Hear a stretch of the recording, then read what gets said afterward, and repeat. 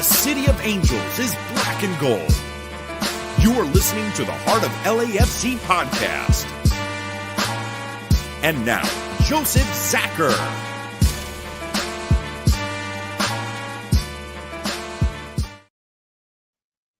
Greetings, Los Angeles. Welcome to episode 424 of the Heart of LAFC podcast. This is your LAFC opening day preview. That's what we're calling it. Straightforward. That's what we're into after a massive win in the Triple C. Here we go. We've got opening day, everything leading up to it, the Coliseum and all that madness. Sellout parking, go figure. Yeah, we're here, guys. It's happening. It's live. It's real. Of course, to preview the match and also celebrate the last win we just had, we've got the full crew with us today. Tony, Araceli, Bam, and of course me. It's on. It's happening. So in that spirit of happiness, let's check in with our crew, of course. Tony, how are you doing tonight? I'm doing pretty well. Excited for everything that's going to happen soon and getting ready for everything that's going to go. Right. It's on. Araceli, how are you doing? I'm doing good. I'm just resting up as much as I can. I mean, of course, I'm bummed that I can't be there with you guys for this weekend, but I am excited that the season is back. Right in the mix. Bam, how are you doing, sir?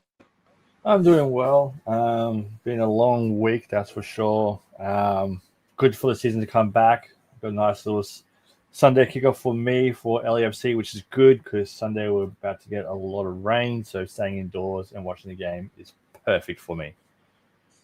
There it is. And of course, for us Angelinos, we've been getting a lot of rain the last couple of days. Nice, beautiful snow in the mountains. Even the foothills have got a little bit of powder there. So it'll be a little cooler for Saturday, of course, because of that. But yeah, a little welcome change before the season starts up, cleaning things a bit. Of course, looking at what happened this week, it's been pretty wild, right? We played leg one against Real Espana, not quite knowing what to expect from the side since we really didn't see much of them in the preseason outside of a broken up squad against NYCFC, right? That's pretty much all we got for vibes. So we really didn't know what to expect. Sonny not playing any minutes as well kind of led to some questions. We'll just leave it at that. But yeah, we didn't know what to expect. But hey, the guys obviously looked ready. We go out there. Wow, big stuff, right? 6-1 victory, right on top of these guys. So let's break into it. Tell you who was in the lineup, what happened. So basically, Real Espana goes into this playing with the 5-3-2 at times. It shifted a bit as well to the 3 center back setup. Of course, the one familiar face to all of us was Buba Lopez in goal. Garcia, Aparicio, and Capeluto were their center backs. Mejia and Flores were their outside backs with Ritaco and Benavinez in the midfield with Jean-Baptiste holding it down in the mid. Sayago and Hernandez were the strikers, so technically it was a 5-3-2. LAFC, on the other hand, played a new type of look, a little change to the lineup. I know ESPN listed it as a 4-2-3-1 on TV. They listed it as a 4-3-3, but when you saw it on the field, it was a kind of everything lineup. Some of the typical looks, but yes, people did go deeper than expected at times, a little bit more dynamic in midfield. Who was out there, of course? It was Lloris in goal. Porteous and Tafari were your center backs. Palencia and Segura were the outside backs. Yes, Segura doing it again. Controlling midfield was basically Delgado and Eustaquio. I'm going to mess up his name 25 times, but I'll eventually get it right, guys. And then Tillman is your attacking midfield, creative midfield, you name it, jack of all trades. Martinez and Bouanga were your technical wings, but also drop back in the midfield roles. And then Sonny was the target man, but as you guys saw, it was dynamic and people were moving everywhere. Yeah, kind of an interesting look, that is for sure. Segura, probably the only thing where we were kind of give you that, but it did happen. That was the lineup. Bam, your thoughts on the lineup choices? Does it seem a lot different than the Dolo era? It seems different enough for me. Obviously, you can't go a complete brand new change beginning of the season. You got to slowly build into what you want to start playing and all that. But as a starting lineup, was a bit surprised not seeing either Hollingshead or Smolakov on the starting lineup. Mhm. But that being said, though, I didn't hate it. That was a good lineup. Obviously, starting Martinez out wide, which was good with him getting the runs and all that kind of stuff. But for me, yeah, it was a great way to start off the season. Well, yeah, the rumors were they might be dropping all the way back into midfield at some point. But this shows, again, offensive mindset. Now, going into the match itself, we want to shift it over to Tony. Tony, the early highlights for this game, because it got there quick, didn't it? Hey, for sure got there quick. Not even 3 minutes in. Martinez trying to like take it down the way. Gets fouled right off the bat in a penalty kick for Bouanga, who puts it away.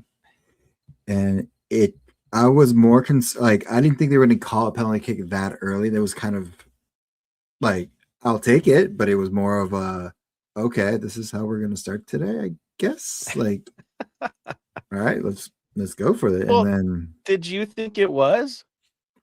it was penalty? That one, it's 50-50 for me on that one. Like, I felt like it was timed just a little bit late, and then he touched the ball. So it could have gone either way depending on what the referee was going to do. And I think because it was so early, I wouldn't have personally called it. But at the end of the day, whatever the call is called, and it's just you kind of have to live with it. And, I was surprised Bouanga took it. I thought Sonny was going to take it, but it went in the back of the net, so it was okay. And then not even 11 minutes later, a nice through ball. That just player just like the assist from Son, the Sonny to Martinez, and just a nice little put back to get it in there to 11 minute. And then the other play that was just, well, I got to talk about that play because it's just like the pass to Sonny to the pass to Bouanga to the finish was just beautiful. Like I couldn't. The Eustachio tap, basically. Yeah, pretty much. Yeah, just that was like hard. That was pretty.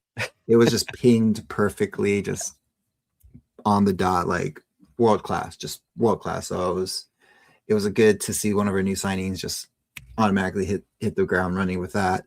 And then the other one, which got called for a penalty, Bouanga coming down the left side gets fouled.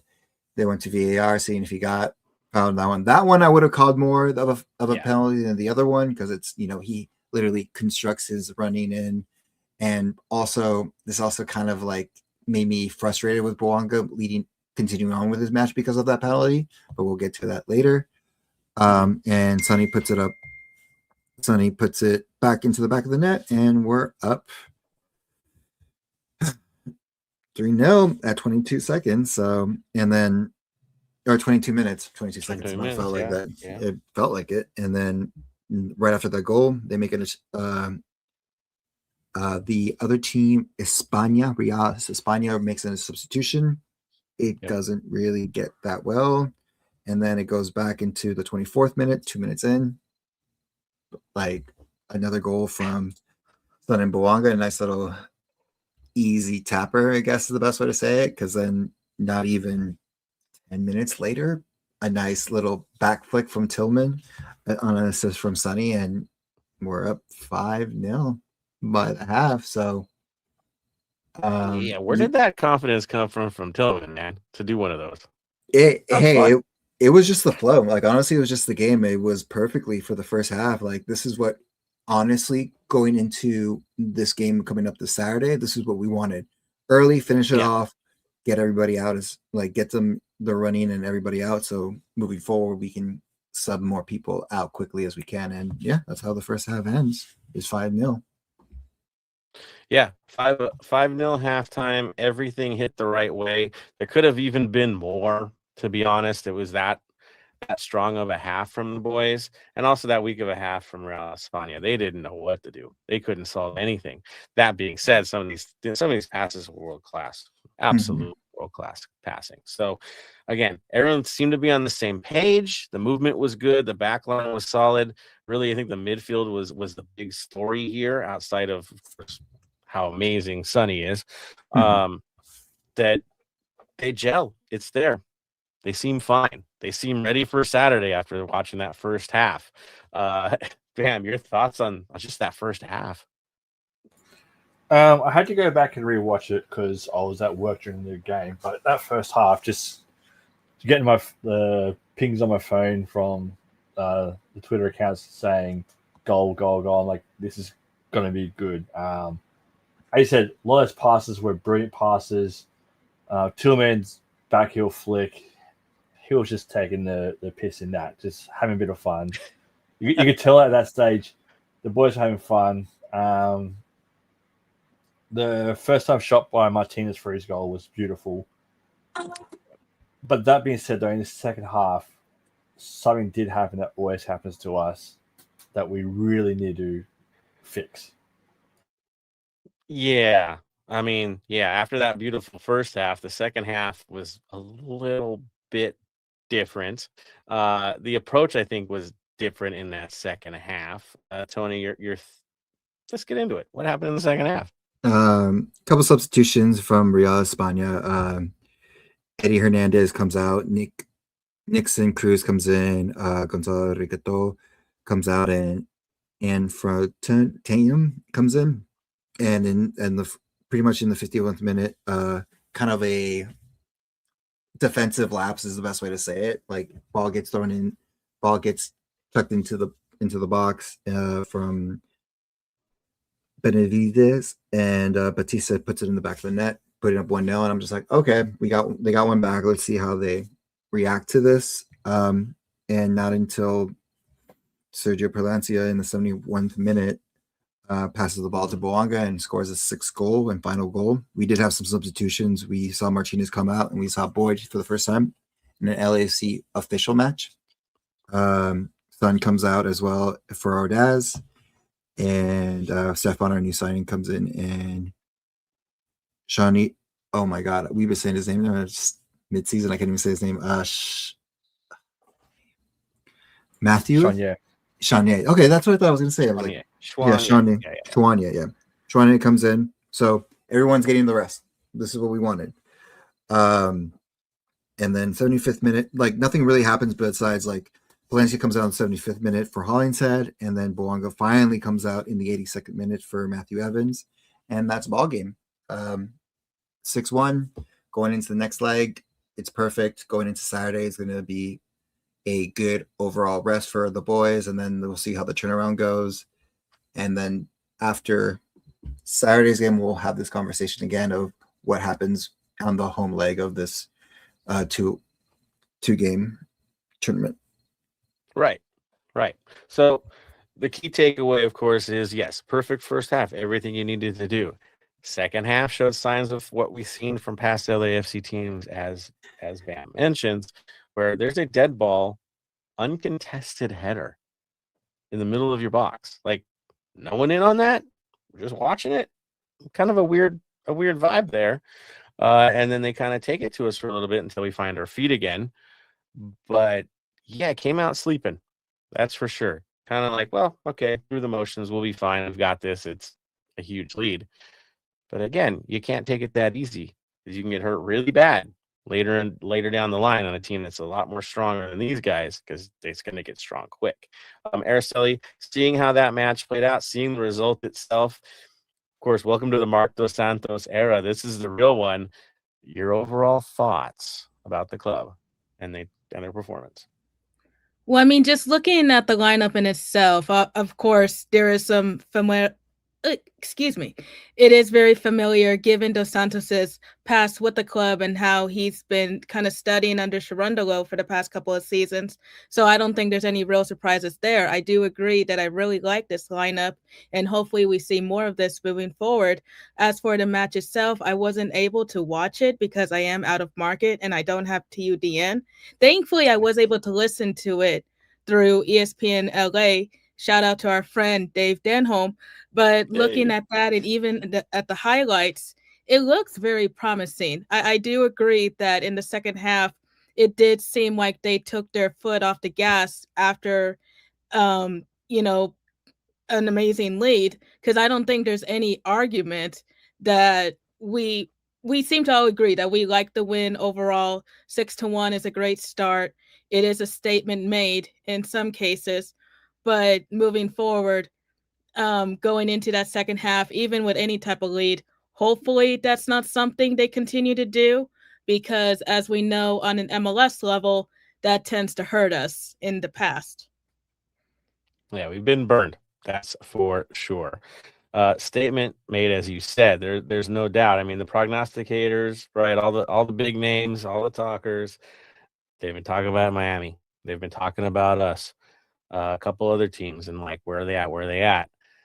Yeah, you throw a 6 down on your first competitive match of the year, it has to raise questions, and you got to feel a bit bullish. It's earned. That's for sure. I go to you, Bam, because you did get a second look at it, to analyze. Thoughts overall on the match itself, thoughts on the individual performances on the day. Overall, was a great win, a well-needed win, especially going into the opening round of the MLS. Individual performances, all our attackers did what they had to do. That one major misstep in defense we need to start cracking down on. It's getting to a stage where it's getting ridiculous. Same thing's happening every year. We keep bringing players, but at the same time, though, they're not doing the defensive role that we need as well. It's all well and good getting out there and getting the 6 goals, but then copying one. It's a bit redundant, the whole why switch off. If we're only up 1-0 at that time and we switch off and we cop a goal, then it's a draw. It shouldn't matter the fact that, yes, we're up 5-0 when we cop a goal.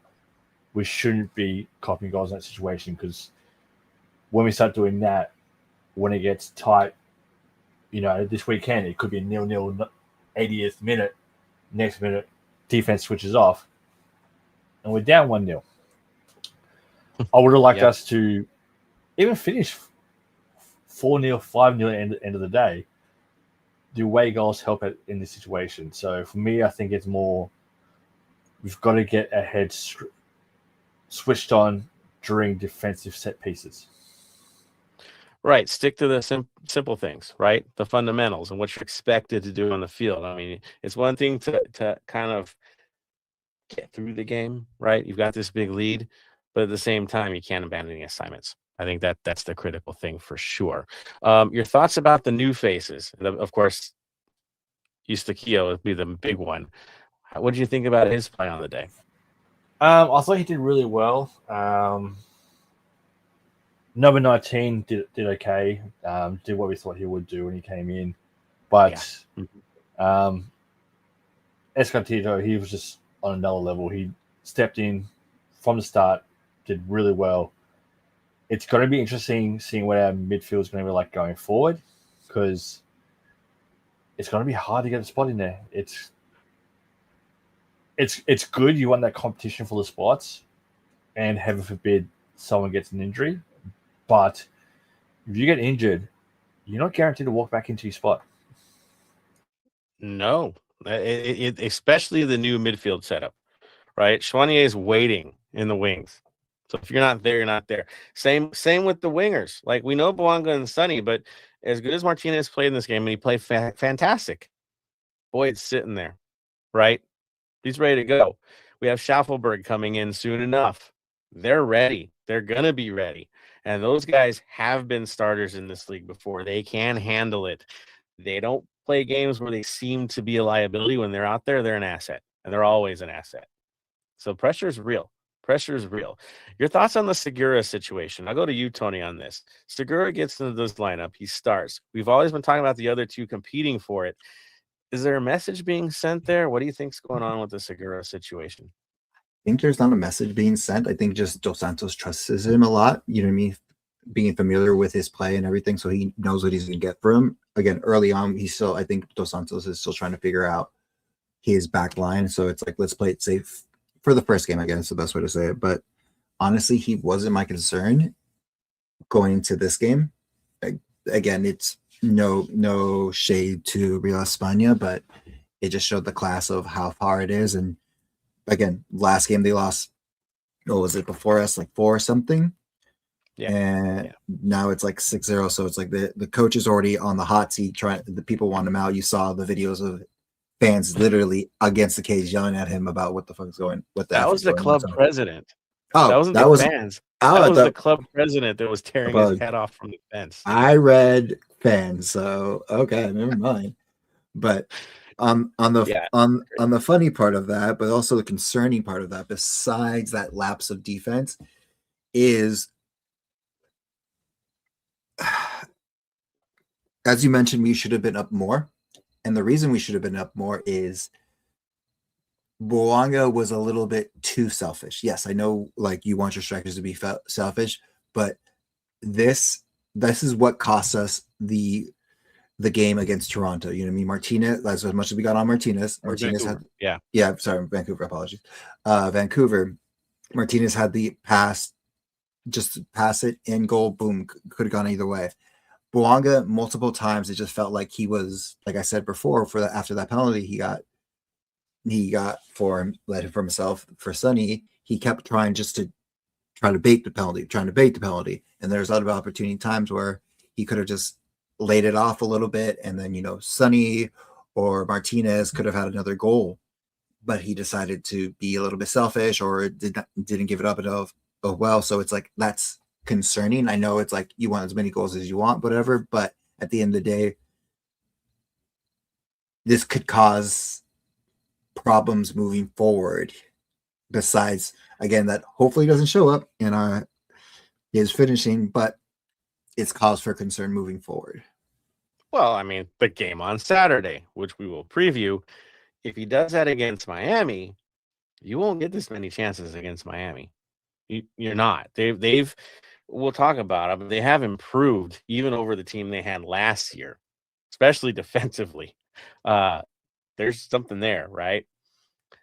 You can't waste chances. You can't get too selfish with it. It has to be something where you're working together. That's for sure. We've seen the good moments, but there's that concern for sure. Martinez too. So we got to be real about that. That's for certain.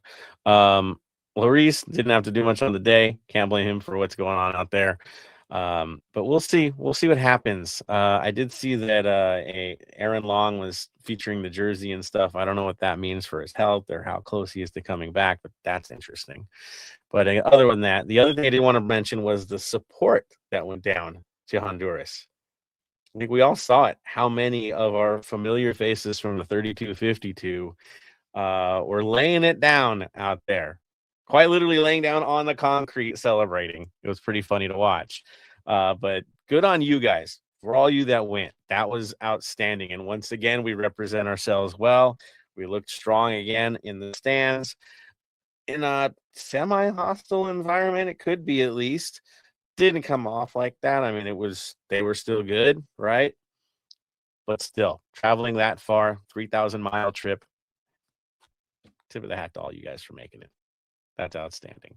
All right, moving on. I do see some comments from our supporters. I do want to throw that out to you guys. Let's see who's on here tonight. It's 3 good comments. Who's in the mix? You know who it is. It's got to be. That's right. Dave Gomez checking in from the Netherlands. He says, what a win in C-Cubed. There we go. And then he says, Eustaquio fits like a glove with the lads. I agree. And then top 3 scoring. Yeah, me like it. Yeah, everyone involved. Midfield too. Tillman in the mix. Eustaquio in the mix. Delgado, yeah, he's doing the grinder work. He had a few moments. But essential players are becoming a part of this. And then we also mentioned Palencia, whose job is to become an offensive weapon from the back line. Got his moment too. So, yes, all good on that. I'm with you, Dave. Got to be happy about this one. That is for sure. If you're not happy after a 6-1 win, there's something wrong with you. That's for sure. And I don't know. That had to be the most goals I've seen from these guys in a first half, at least in a CCL match, right? I mean, that's pretty impressive too, right? There's nothing bigger than this. This was pretty impressive. So good on you guys. It was good. All right, moving on from that match, there's some LAFC 2 news to talk about as the season quickly progresses. You know who jumps in for that? That's right, Araceli. What is going on in the LAFC 2 world? And of course, yeah, the league. LAFC 2 is officially back next Sunday, March 1st. They kick off their season at Starfire Sports Complex in Tacoma to start their 4-game road series. It's a 7 o'clock kickoff. The match will be on Apple TV. As a reminder, MLS Season Pass no longer exists this season. So now everything is just on Apple TV. But along with that, kind of like how I pointed out last week, we have a brand new head coach. Fabian Sandoval is taking over the reins this season. Also, too, on the Tacoma side, they also acquired Paulo Nagamura to lead their squad. So I'm very curious to see what that outcome will be next Sunday, given both coaches have a wide range of experience. Sandoval obviously has been with the LAFC organization for the past 8-9 years, whereas Nagamura, as we all know, former player, has had coaching stints with Houston, Chicago, and so on. Well, even SKC too. New players looking at the roster. It doesn't look like they've updated their roster on the site yet, so I can only comment for so much as to what that lineup may look like. But considering that we do still have players like Eric Diaz, Tommy Mahalik, Sebastian Nava, including our newcomers, Emir Ponciano, Lisandro Torres, and Skylar Kaplan, which all three are signed from the academy, it looks promising. So I am hoping for a dynamic start. Of course, looking at last season, Tacoma did defeat LAFC 2 in the series 2-1. Hopefully this season, history doesn't repeat itself, because I will say Tacoma has always been kind of the favorite, especially in the beginning part of last year. But they've also undergone some changes themselves. And as a reminder, the home opener is on Wednesday, April 15th. Coming up quickly, that's for sure. Thank you, Araceli, for that. I know next week you're going to be flying, right? Moving, doing a bunch of stuff. So I know we're not going to get you next week because you got to travel, you got to do the job. So good luck to you as all the madness begins, because this is going to get nuts. And how excited are you for this season? Oh, no, I mean, I'm very excited. Don't get me wrong. I'm a little stressed considering the fact that Next Pro now has 30 clubs for this season, and that's not including the 30 from MLS. So looking at 60 clubs, yeah. But it's gonna be fun. I ain't gonna lie, and I will get to travel somewhat a little bit more this year, hopefully. So definitely looking forward to that. There we go. We'll keep you guys posted if you can go pay her a visit, depending on where she's at, and hopefully get out to the West Coast with all of us. We're hoping for that to happen for sure. So there is that. All right. We do have some community news. There were some awesome watch parties featuring midweek, which is something that doesn't happen a whole lot, but it did this time around. And of course, there's also some community information that we got to share with you guys. I'm going to throw us over to Tony in the lead up to the next big match. So as you know, we have a couple things going on. First off, we'll go with club news. Is we have a new club sponsor. Welcome Liquid Death. As most of you, it's one of my favorite drinks. It's like you can do water, they have some teas, they also have a sparkling water, and honestly, it's a really good drink just to like make you feel. It's also like the way they package it looks like a beer, but it's not a beer. So really cool thing to do. So welcome to Liquid Death. We'll probably see you guys around the North End, and that'll be nice for myself when I don't have coffee and everything like that. Now also with the watch parties and everything like that, 3252 membership is finally open. There are this year 2 different tiers. There's the 200. There's a 3252 membership, where is just the basic, which is just the scarf, and build your own. Which, well, I mean to say that is because of the everything is included. What I mean by that is $65 will get you everything, which would be the scarf, the pin, a 3252 embroidery patch, an exclusive dog tag for 2026, cuff beanie with woven patch, a 3252 crew socks, discounts at HQs, of course, access to exclusive members only events, discounts at tailgate events when we have them, and much more. Also, this helps again pay for everything that we have, such as flags, drums, anything like that. We need to do away travels and stuff like that. Now the 31, what I mean with is you still get the scarf, you still get the discounts, HQ. Sorry, and but of course you can, if you go say you want the pin, you can add the pin for a couple extra bucks. I can give you the rundown of that really quickly. So if you want to add anything else, the pin's going to be $8 extra, the patch is $10 extra, the dog tag $5 extra, the cuff beanie $20, and the crew socks $15. So if you didn't get what you wanted, if you want to get something but you don't want to go full 65, you can just pick and choose what you like. And yeah, that is available. And of course, with the game coming up, tailgate season is upon us. So everyone in the North End is about to get some more tailgates in the first of the season. It's going to be all Christmas tree land with at 2:00 Fan Fest going on. And then I heard from emails that I've gotten that Dragon Lee and Phoenix from WWE is going to be there. So yeah, that's about it for all of the news and club news and community news. There we go. Now I will say I got my membership already. Tony got his already. I know Bam's going to get his soon enough. I took the option of doing the a la carte, right? Not going to do that whole thing. So for me, it was, of course, you get the scarf automatic. I went with the pin and dog tags because I don't think we've ever done dog tags before. That's a new one. So I'm like, I don't have one of those. I've got patches. I got it. So for me, that was cool. And of course, the pins are always great every year, so you don't want to miss out on the pin. It looks cool. So that's what I did. Tony, did you go for the full measure? Yeah, I have the full measure. So I have the full thing coming up, and they have this option. I forgot to add that you can pick it up at tailgates or watch 3252 watch parties when it happens. So there you go. I'm doing that too. I'm pretty sure Tony, you're doing that as well, right? Mm-hmm. Yeah, there you go. And yes, FanFest 2:00 will be crazy. Again, we did hear that the parking lots are pretty much sold out for the match. Yeah, at least the pre-sales sold out. So like if you're trying to get into that blue science lot, good luck. I hope you have a pass already. That's kind of what we're getting. So be aware that there are parking structures all around that stadium related to USC. Those, of course, are still available.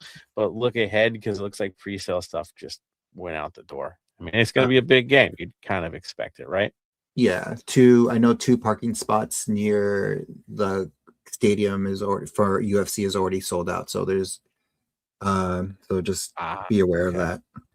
So that goes too. So yes, if you can take rapid transit, right? If you can get on those trains, that might be your option this time around because yeah, it's going to be packed, guys. Again, we knew this. The circus was coming to town.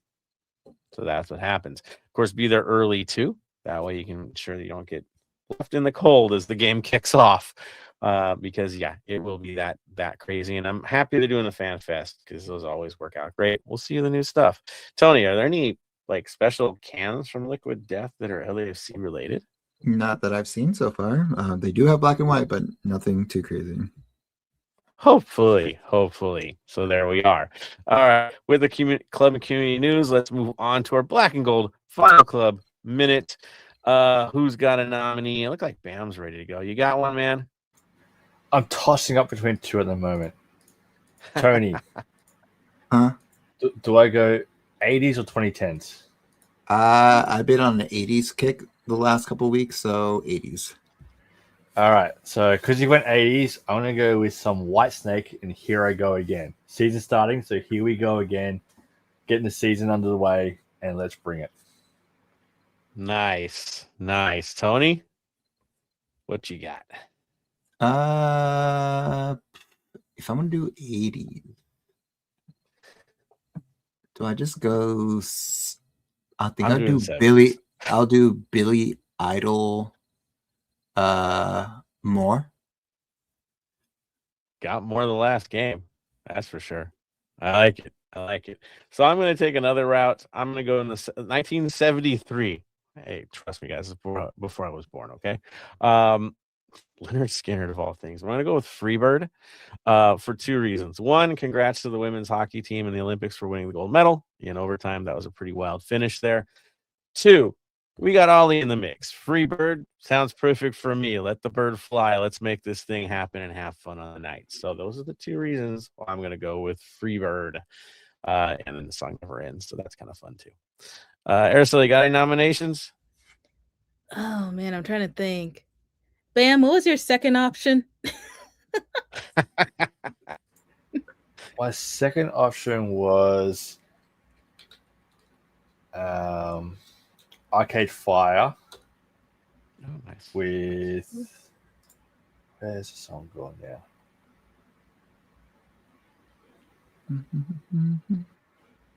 Now I can't find the song. I closed the. It was from the 20. I think you said it was like the Oh. 2010s. Yeah, 2010s you were going for. Arcade Fire 2010s. I'm trying to think of the name of the song, but I have a feeling you know what it was, where they kind of like to get the O's going right. The chorus is pretty loud there, right? Ready to Start. There we go. Yeah. Kid you not. I'll go with that one. That, yeah, Ready to Start's great. Did you know that song, if you're a U2 fan and you were in a U2 concerts, for a while there, Ready to Start was always the last song they would play before the actual U2 show started. Arcade Fire, they'd always play that, and those who the fans knew, yeah, get ready because it's starting up. So I like it. Good memories for me there too. So good move. Thank you guys. On to the next thing. You know what it's gonna be. We can't wait. We can't stay away from it. We got to talk about it. That's right. The opening day preview, LAFC versus Inter Miami CF, because it got to be special. 6:30 p.m. kickoff, which means the doors are going to open way earlier than that as we welcome, about 60,000 people into the LA Coliseum. Tickets are really expensive on the market there. I think we're pretty much sold out, ready to go. So this is going to get fun real quick. Of course, our history with them is spotty. Let's say it.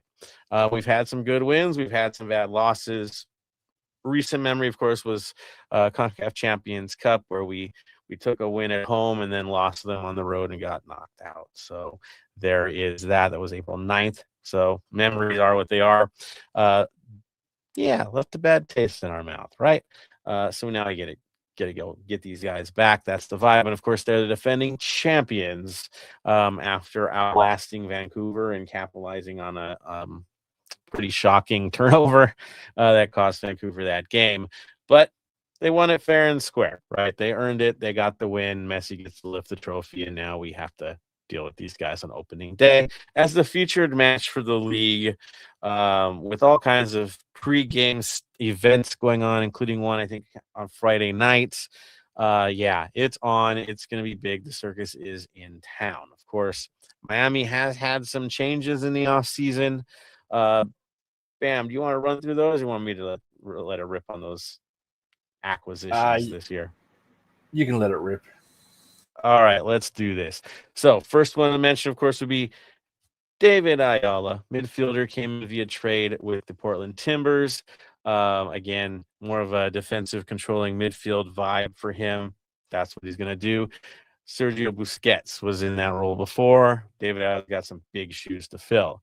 Then there's German Herman Bertrame, Mexican international forward, acquired from Monterrey. Miami's third DP, along with Messi and DePaul. Yeah, real attacking option there, that's for sure. And then Mikael, Brazilian center back, turns to MLS after starring with Houston Dynamo. He is on loan from Palmeiras of Brazil. Also, Facundo Moura, defender, signed as a free agent after playing for Racing Club in Argentina. Sergio Reguilon, Spanish left back, signed as a free agent after playing for teams like, Tottenham Hotspur, Real Madrid, Manchester United, and many, many more. And then this, to me, was one of the shocking moves, was Dane Sinclair, 2025 MLS Goalkeeper of the Year. Signed via free agency after 7 seasons with Minnesota United FC. And you know how salary caps work after winning a cup. Apparently, all these guys are playing for $5. But here we go. That's who they brought into the mix. Of course, they did lose a few to make it happen. Jordi Alba, gone. Thomas Aviles, center back, went off to Montreal. Sergio Busquets, done and dusted. Career over. Called it. Baltazar Rodriguez went back, I think, to Racing Club after his loan. Ustari, veteran goalkeeper, left. Right. That was a upgrade, right? Honestly. And then Marcelo Weigand also left, I think went back to Argentina. So that being said, there has been a lot of improvements for them, even from the team they had last year. Salary cap be damned. Here we go. Loaded back up again for a new year, kind of improving in all the places where you kind of call it out from last year. So yes, even more solid as a side. Bam, looking at the movements and the changes that they've made, your thoughts on the new Miami lineup? Thoughts are it's going to be interesting because obviously they just had a little tour down in for some friendlies recently where they had down in Peru. So they had a 3-0 loss to Alianza Lima. They also had a 2-1 win against Atletico Nacional and then a 2-2 draw with Barcelona SC. So looking at all that, obviously they didn't always go with they have all the players playing all the minutes, all that kind of stuff. But it was interesting to see that, especially in the 3-0 loss to Lima, you had Suarez played a full 90, Messi played 63 minutes, DePaul played 64 minutes, St. Clair played 79 minutes. So it was interesting to see how they decided to do their warm-up for this season. But at the end of the day, it all depends on what type of Miami rocks up on the weekend. Yeah. Now, there was questions of whether Messi would be healthy enough to play in the game because there was, like, I guess a hamstring issue that was listed.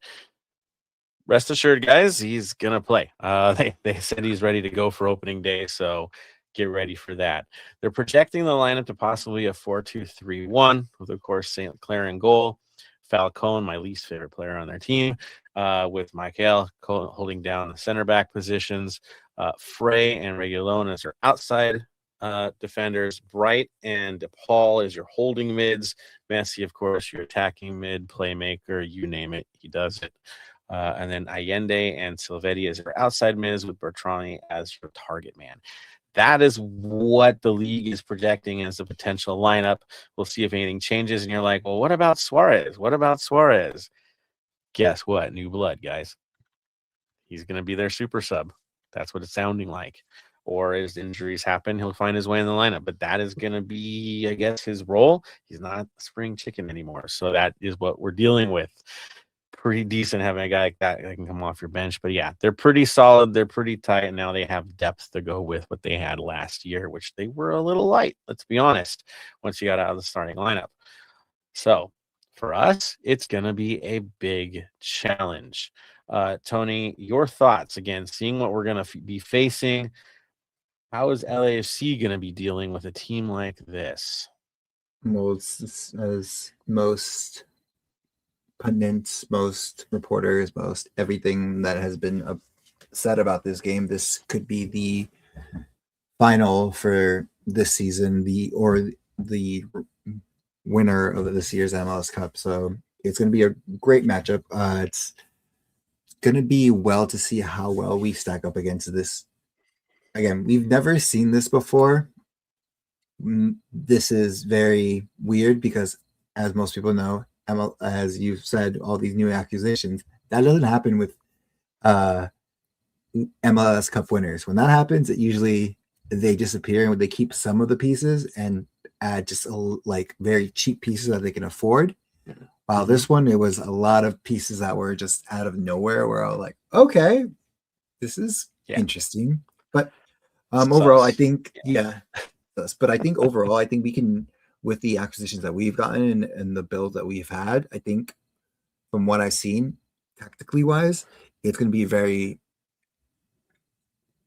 it's not what they expect, because as I was watching the last game, I was seeing that, yes, was it dolable to a point, 100%, but there was more urgency with passes. There was more thought with passes. There wasn't a let's get it down the line and go, go, go, go. It was more of like, where can we find this? So it was like a mixture of, as I said it, as I called it with Robo, a Dolo / Bob Bradley style of game. Because if you remember, Bob Bradley was like up in the front, let's try to find that last pass to get that goal and wait.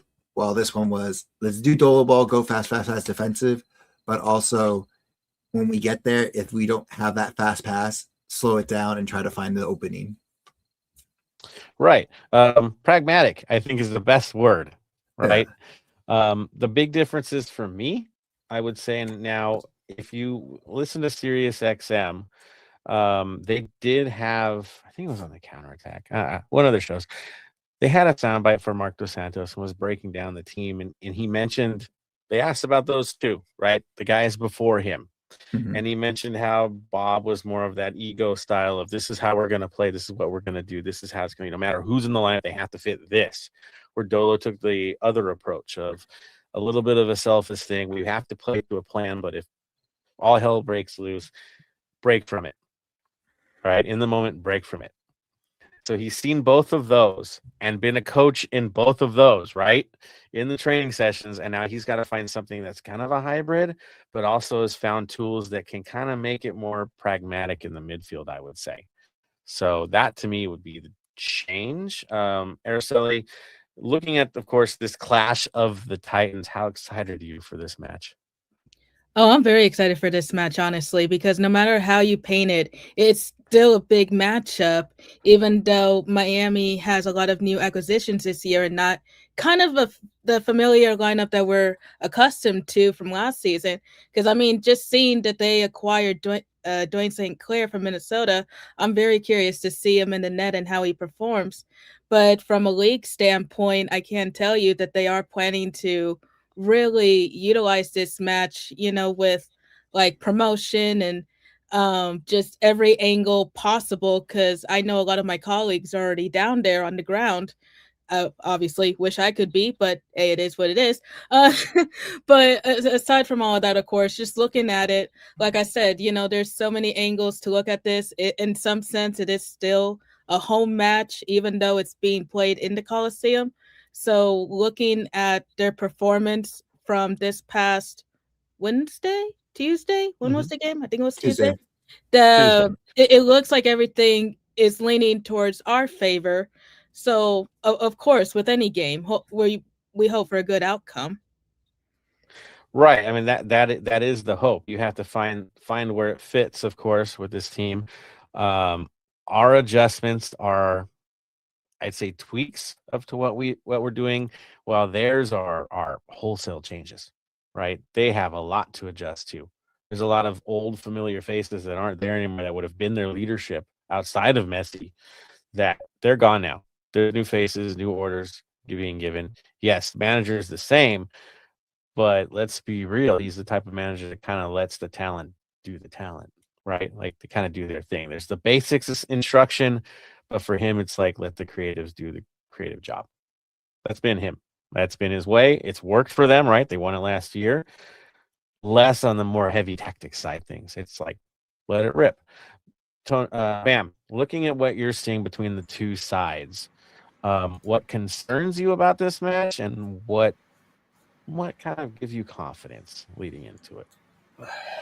What concerns me, and it's concerned me pretty much every time we play, is defense. Leading the goals, that's what concerns me, plain and simple. What gets me excited is the connection between the attacking side of it. So the passing between Sonny and Martinez, passing between Tillman and Sonny, Tillman Bouanga, Sonny Bouanga, all that chemistry that it's hard to build, but when it works beautifully. I'm really excited about that and seeing how the attackers are going to start breaking down Miami's defense. Right. Definitely. And of course, the physicality too. We have that element now on the team. I think an adoption of that as well. So that could get interesting. Now that you've mentioned the defense, concerns about how they're going to line up, what does your back line look like, Bam? My back line, I'm going to go with Segura and Porteous as my centre backs. And then I'm going to have at my outside backs will be Palencia and Hollingshead. Experience wins the day. That's the thought. Nice. For this game, coming up against the powerful attacking of Miami, you've got to go with that very well-versed, very down, strict defense. There it is. Tony, you heard Bam's back line. Are you projecting the same? To a point. I am still gonna go. I'm gonna go Segura and Porteous, yes, but I'll go Hollington and Palencia. There we go. Okay. Araceli? I'm in agreement with it because looking at what we fielded Tuesday, I see Tafari maybe coming in the second half, kind of depending on their health. Right. And seeing how things covered on that dead ball.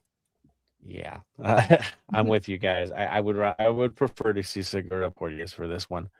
I think Smolikov might get featured for this. Again, passing reasons maybe. But yeah, we all love Hollingshead. You know how that goes. Palencia, of course, is the given. Now, it comes into the midfield next. You got your 4 in the back, which means is it going to be a 3 mid? Is it going to be a 5 mid with a target? It gets different now. We've seen some differences. So, Tony, I go to you. Who are the 3 central guys in that midfield? Who's holding it down, that triangle that we seem to be into now? Tillman, Delgado, and Chaudier. And Eustachio not in the lineup? No, to start? Not to start. Interesting. Okay. Bam, your thoughts? Sean Ray is going to be on the bench, and Guido is going to start.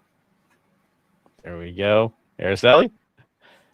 I'm going with Estequio. Is that how you pronounce it? Yeah. I want to see more from him. Eustachio? I'm going to mess it all year. Yeah, go for it.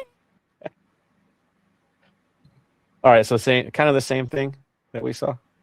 Right. Good. I'm with you guys. I don't think it's going to change from what we saw. I think Tuesday was your preview for the most part. Now, up top could be 3 high, could be 2 dropping lower, as we saw at times. 2, we already know what they're going to be. There's no question, right?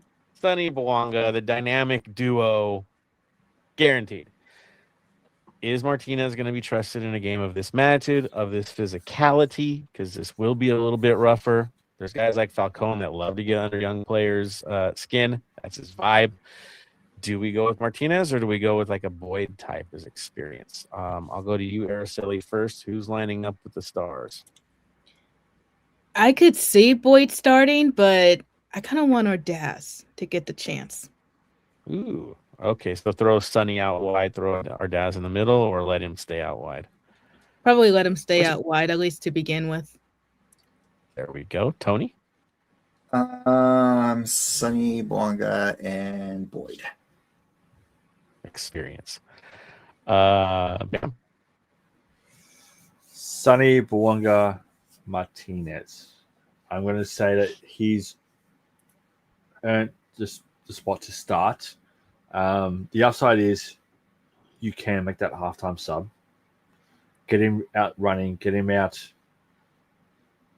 be the player that's going to, yes, attract the heavy defense, but with the heavy defense comes risk of cards. I think that he's going to start being the type of player that is going to get you booked for making that one too many tackles on him. And I think he's the right player to do that. Now, we have seen Martinez get funky against these guys before and be okay with it. Actually get into the mix. Now you got to realize that Falcone and Frey, that's kind of a new thing, right? They're gonna have to deal with Bouanga on that side, where you have Mikhail and Reguilon on that outs. Reguilon is gonna be basically adjusting as well. So a Martinez thing over there, that could be a speed battle. That could be really interesting to see. And of course, Sunny anywhere is gonna be scary. So I'm kind of in the Martinez camp anyways. I know what the risks are, but the rewards, and especially seeing him playing the last game, give him his shot. And if it doesn't work, Boyd's waiting in the wings, and Boyd will give you what you need, right? If you need crosses in the box, he's going to do it. He should have had an assist in this last game. We saw that cutback. Proper, dude. Like, he has that. We don't have to worry about it. But second half might be better for him to do that, as we need to lock things in for the second half. So that's kind of where my lineup is as well. Again, not a big shock from the last. I think the only difference is Tafari out. And then whoever we want is left back in with Segura dropping back. So there it is. That's our potentials. Now, I do see a couple comments from Faithful. Let me see who is on here, who's got a couple more added into the mix. It's Dave. It's going to be Dave. And he also says, get your membership. So there's your reminder right there. All right, guys. So as you see with our preview and what to expect, get there early, have fun, be safe. We do not know how many Miami supporters are going to be in the mix for this. We can only assume there's going to be a lot of pink shirts and a lot of that kind of fan that first time they're wearing an MLS kit probably. But yeah, we know how that goes. And then we're going to come out strong. There is no doubt about it. The tickets have sold fast. 3252 has taken up pretty much anything they possibly could. So they're going to be big for this. Probably as big as we've ever been, knowing how big the section is available to us. It's going to be strong. It's going to be wild. Get in early. 3252 actually needs you guys to get in there early as well to get things in place before this game kicks off. So settle in, make it good, make it fun. We are ready for this thing. As you know, we don't do predictions. We just tell you where we think they're going to be. Aristotle, I'm going to give you last thoughts. What is LAFC going to have to do to get a result on the day? I mean, I hate to sit here and say do what they've always been doing, but I mean, looking at the lineup, looking at the new talent that we have for this season, I'm very excited to see what they can produce, especially with Dos Santos at the helm of it. I mean, even LAFC 2 has gotten some new talent, so maybe we'll see them being thrown in at some point in the season. But for this game in itself, obviously, start off strong and just don't take their foot off the pedal, because that's where we cause the most mistakes. Definitely. Definitely. Well said. Tony, you want to add in on that? What do the boys have to do to get the win? Finish the goals. Honestly, that's the best way to say it. Like, how many times have we gotten to a season and we couldn't finish anything, and we're back to square one? So just finish the goal. There it is. Bam. What we have to do is take control of the game, play to how we want to play. Don't play to how Inter Miami want us to play.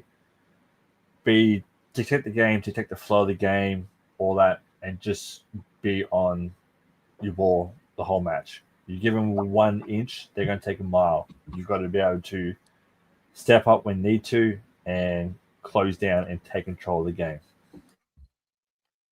Perfect. I'll add in. Watch the dead balls, man. Like, you can't tune out at any point, especially against a team that has Messi in the lineup. There is no tuning out. You have to be on your toes 24/7. He can get dangerous from anywhere on that field. Don't give him the opening. That, and they have a target striker that's super efficient. So do not cut out at all. And also, they will get under your skin. They like to play physical. They kind of get away with a lot. We've seen this more than most because of who they have on their lineup. They kind of get away with bloody murder at times. You can't let that get under your head. You can't get lost in an argument with the refereeing, the officiating. It won't go your way. We've seen this, how these guys play. You just got to keep fighting. You got to keep your head about you, get back to your game. And as Bam says, keep the ball away from them because they're less dangerous when they don't even have the ball. So there's your plan. All right. On that note, let's get to it. Our final thoughts overall of the day as we close out another amazing episode and get ready for a very special season, a unique one, that is for sure. So, with final thoughts, I'm going to start with Tony. Your final thoughts, sir. Final thoughts is just be safe out there. It's going to be a crazy one moving forward, going everything. So, yeah, that's just about it. Just be safe. Learn to have the conversations. Learn your history. It's gonna be a fun night. Dress warm because it will be cold, and maybe just in case, bring a little rain jacket just in case something happens. But that's about it. There we go. Araceli, final thoughts. Final thoughts for me. Obviously, glad to see that MLS is back. And with that, of course, I have to bring the soapbox back for a quick moment of what we always say with any home match. Even though it's being played in the Coliseum, it is still very much a home match in every sense. So, of course, please do not be stupid. Look out for each other.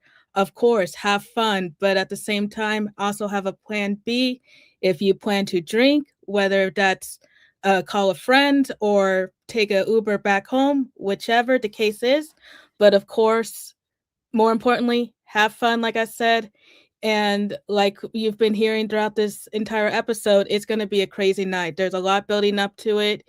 Even if you're going to the filming that is tomorrow night for Apple TV, there's just a lot of craziness happening. Of course, I wish I could be there to enjoy it with you guys, but unfortunately, scheduling got in the way, so hopefully I can make it out there at some point.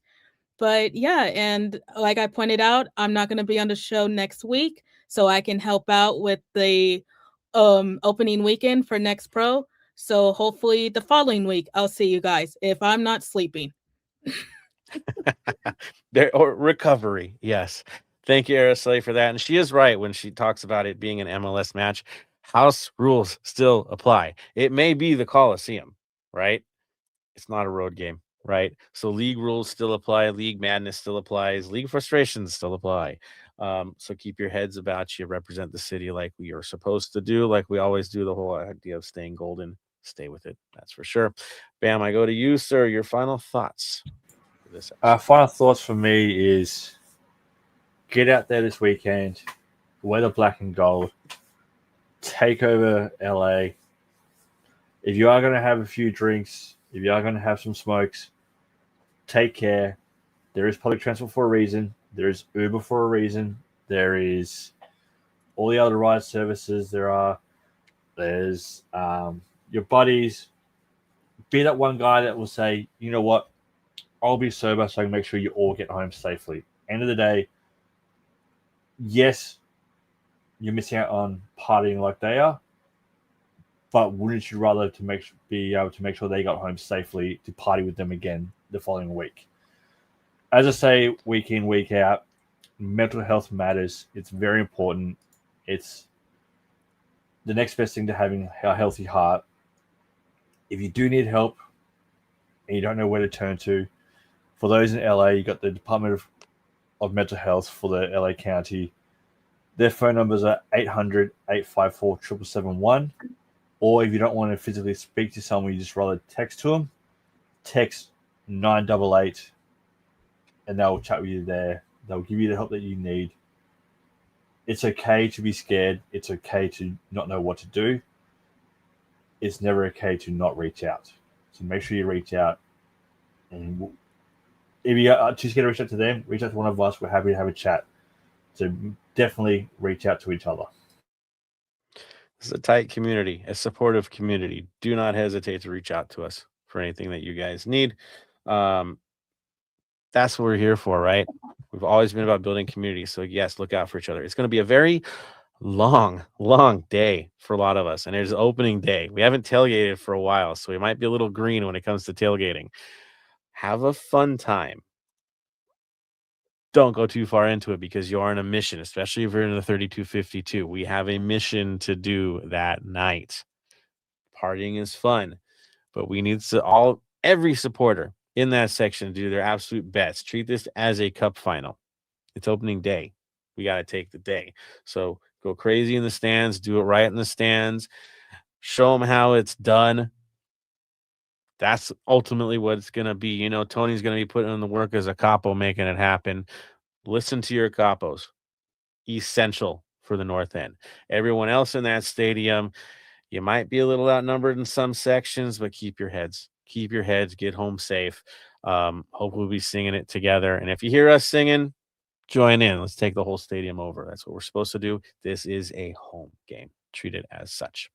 On that note, you know what we do to close these things out? That's right. The final word of the day. Y'all know how it is. Tradition is what it is. So I go to you, Tony. Final word. Stay golden, Los Angeles. Araceli. Stay golden. Bam. Stay golden. And from me to all of you, stay golden, Los Angeles.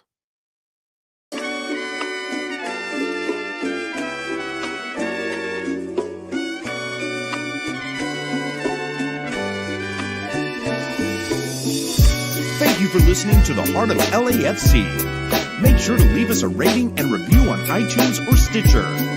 Shoulder to shoulder, the black and gold is taking over.